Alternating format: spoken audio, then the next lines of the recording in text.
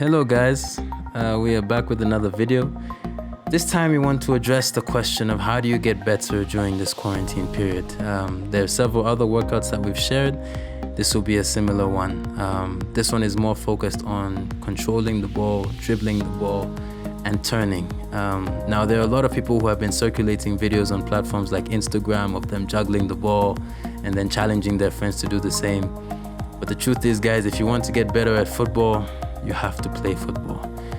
Trying to get better at football by simply juggling the ball is like trying to get better at running but practicing swimming. You just don't juggle in a game. That's the truth of the matter. And this exercise or this workout we're going to show you guys is focused on football actions. You know, what am I going to be doing on the pitch? And those are the things that you can really get better at during this period if you do it in the right way. And that's what we're going to show you guys here. This workout is going to be focused on dribbling, turning, and controlling the ball. All you're going to need is a ball and simply a flat surface that you can bounce the ball off of. You can use a wall, you can use a wooden board, you can use a table if you lie it down on the ground. Whatever you have at your disposal, that's what's going to help you get better. We'd also encourage you guys as you do these workouts to really try and create a game environment. So visualize yourself in the positions that you want to be in and what you're going to be doing with the ball in those positions. If you find any of the exercises a little bit tough, you can scale it back. At the same time, if you find that you can do some of them in a better way, you can challenge yourself. So it's really adaptable to where your level is. But we want to focus on explosive movements. So you want to focus on the quality of your movements and not necessarily the quantity. So it's quality over quantity. Just remember that. So let's get into it. Now there's going to be a link in the description below with the actual workout listed very nicely for you. You can use that when you're actually doing the workout itself. This is just to show you the actual exercises. Now, like any great workout, you're going to start off with a warm-up. In the warm-up, you're going to do mostly dynamic stretches, so nothing static. There's a difference between dynamic and static stretching, so everything here is going to be dynamic, which means it will involve movement. Now we're just trying to get all the different muscle groups ready to perform, ready to be explosive. So all of these exercises are going to be listed in the description below. So many of our academy guys will understand how exactly they're supposed to warm up, so we won't dwell on this part too much. Basically just getting all the different muscle groups as ready as possible and generating heat and getting your heart rate up in the body. After you've completed the warm-up, you're going to space out two different markers and you're just going to use them to warm up with the ball. Now you're going to use the inside of one foot and the outside of the other. You're going to be using both of them at the same time, trying to keep your head up at the same time, dribbling side to side. Once you're done with that, you're going to isolate one foot. So I believe here I start with my left foot and you're just using the inside and outside of that left foot. All of these warm-up exercises we're going to be going for 1 minute and then resting. And then you use the right side as well, inside, outside, just like that.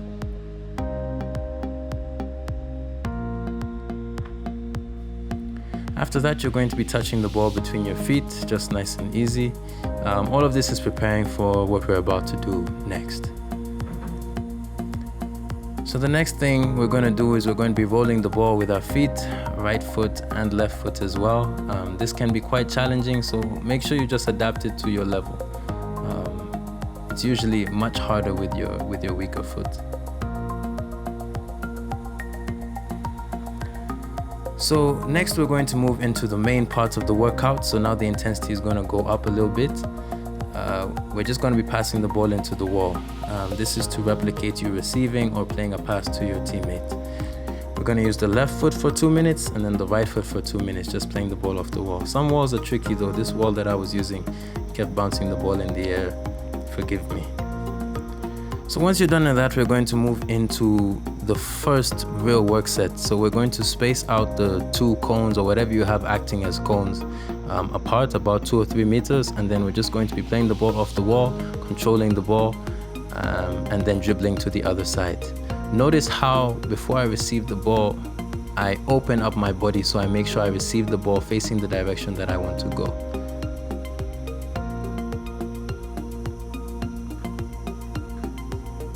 Okay, next we're going to complicate things. We're going to use 3 different space markers, whatever you have acting as space markers or cones, and then we're going to control the ball but dribble through the cones to the other side and perform the same thing once more.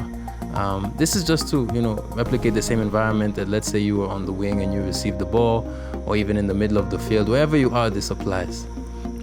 Next, we're moving into turning and dribbling with the ball.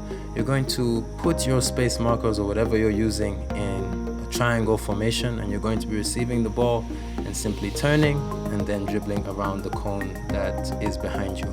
Each time you receive the ball, you use a different foot. I use my left and my right. Of course, this may be challenging for some, so I would say just adapt it to whatever level you are at. As you can see, I'm always trying to receive the ball on a half turn. A half turn is especially important, especially if you're a midfielder or regardless of whatever position you play, to receive the ball and turn as quickly as possible. Now, I know you're probably watching this and thinking, man, that looks kind of easy, but to be honest, guys, it's not, and you will be sweating, trust me, a lot, if you do this for 3 sets like you're supposed to.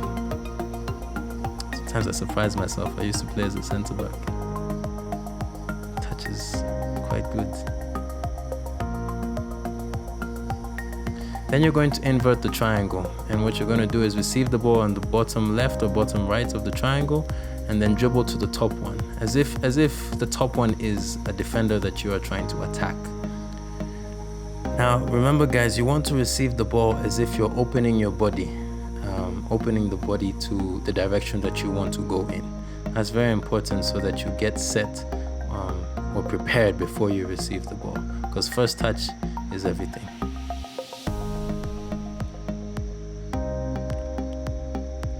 So as you get better at it, or you start to gain your rhythm, then you can try and go a little bit faster, but focus on close touches on the ball and don't let the ball get too far away from you. As you can see, I messed up. I leave that in there so you can know that I'm human. Yeah. So of the past few exercises, you're going to be doing 3 working sets of each. Each work set is going to be 1 minute, and then you're going to take 2 minutes of rest. Once you're done with that, as we close, we're going to focus on juggling. I act like I'm opposed to juggling, but I'm really not. I just feel like it has to be done at the right time. So we're going to start off with 100 knee-height juggles of the ball. Of course, you can tailor it based on your level, but try and use both feet. Then we're going to move into 2 on each foot. So I'm taking 2, but between each touch, I'm not putting my foot on the ground, if that's making sense. Once you're comfortable with that, you can move into 3, which is considerably more challenging. It's also working a lot on your balance. And the reason why this will get hard to do is because at this point you'll be quite tired from the workout that you've just done. So this is the best time to do it.